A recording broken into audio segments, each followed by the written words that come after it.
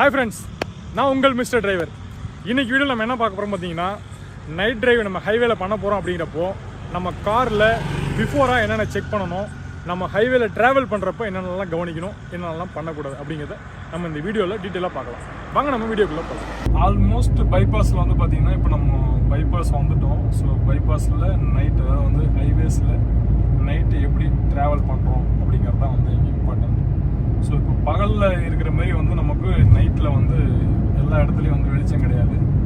அதே சமயத்தில் இல்லைனா பைபாஸ் இவ்வளோ பளிச்சுன்னு இருக்கு அப்படின்னு வந்து பார்த்தீங்கன்னா, இந்த லைட்டு எல்லா இடத்துலையுமே கிடைக்காது. இது வந்து சிட்டிக்குள்ளே கிராஸ் பண்ணக்கூடிய ஹைவேஸ்க்கு மட்டும்தான் வந்து இந்த மாதிரி வந்து லைட்டிங் இருக்கும். இதுலேயே அங்கங்கே இடையில வந்து லைட்டிங் இருக்காது. ஸோ அந்த மாதிரி சமயத்தில் வந்து பார்த்தீங்கன்னா நமக்கு வந்து வியூ தெரியாது. இப்போ என்ன பார்த்தோம்னா, ஃபுல்லாக எங்கேயும் வந்து திருவிழாவுக்கு போகிற மாதிரி வந்து ஃபுல்லாக லைட்டு ஃபுல்லாக மஞ்சள் கலரில் எரிஞ்சிட்டு இருக்கும், மெர்க்குரி பல்ப் எரிஞ்சிட்டு இருக்கும். ஸோ இது நம்ம எல்லா இடத்துலையுமே இந்த ஹைவேல வந்து லைட் எரியும்னா எரியாது.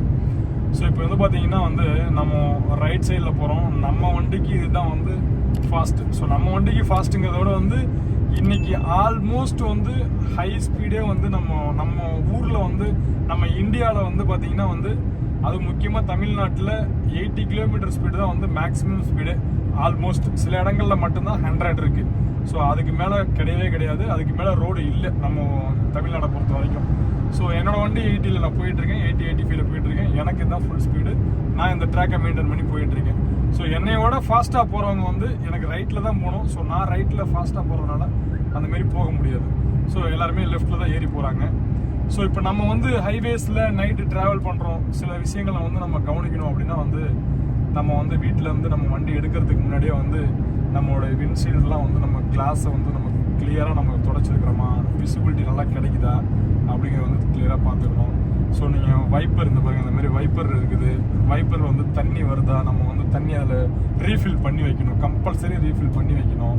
ஸோ அதுக்கப்புறம் வந்து பார்த்தீங்கன்னா வந்து ஹெட்லைட்ஸ் வந்து நமக்கு வந்து நல்லா எரியுதா, ஹைபீம் இந்த மாதிரி வந்து ஹைபீம் லோ பீம்லாம் வந்து உங்களுக்கு கிளியராக இருக்குதா அப்படிங்கிறத வந்து நீங்கள் கம்பல்சரி பார்த்தே ஆகணும்.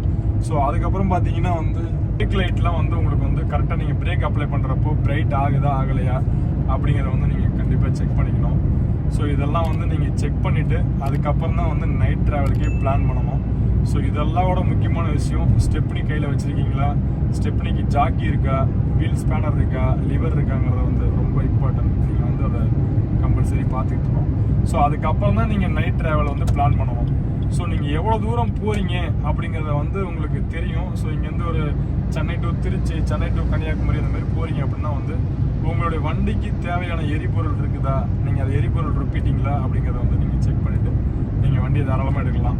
நீங்கள் ஃப்ரெண்ட்ஸோடு போகிறீங்கன்னா அது ஒரு வேறு கதை. ஃபேமிலியோடு போகிறப்போ வந்து நமக்கு வந்து ரொம்ப ரெஸ்பான்சிபிலிட்டி நமக்கு இருக்கும். ஏன்னா வந்து நைட்டில் வண்டி எங்கேயும் நின்றக்கூடாது, நம்மளும் நைட்டில் தேவையில்லாமல் நிற்க போகிறதும் கிடையாது. ஸோ அந்தமாரி வந்து ரெஸ்பான்சிபிலிட்டி நிறையா இருக்கும்.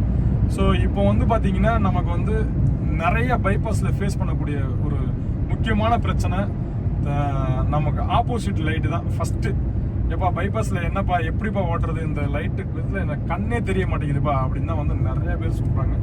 நிறைய பேருக்கும் அதுதான் வந்து பிரச்சனையும் கூட.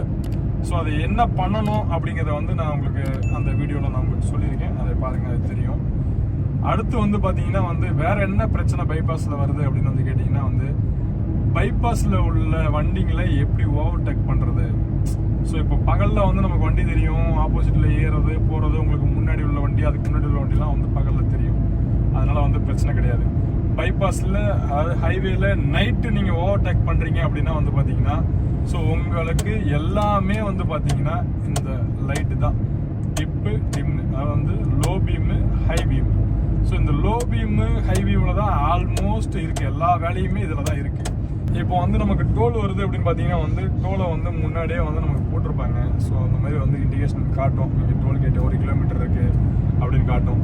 ஸோ நீங்கள் டோல்கேட்டு நியர்பை போகிறப்போ வந்து நீங்கள் இதையும் நான் வந்து உங்களுக்கு சொல்ல மறந்துட்டேன்.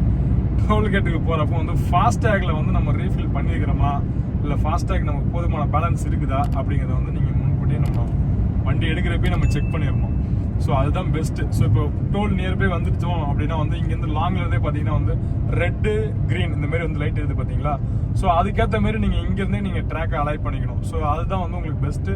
ஸோ இப்போ நீங்கள் அந்த பக்கத்தில் போயிட்டு வந்து நீங்கள் தடுமாறினீங்கன்னா உங்களுக்கு பின்னாடி வர வண்டிக்கும் பிரச்சனை, நமக்கும் வந்து கன்ஃபியூஸ் ஆகி ஏதாவது ஒரு ட்ராக்ல போய் நிற்போம். அந்த மாதிரி பண்ணக்கூடாது.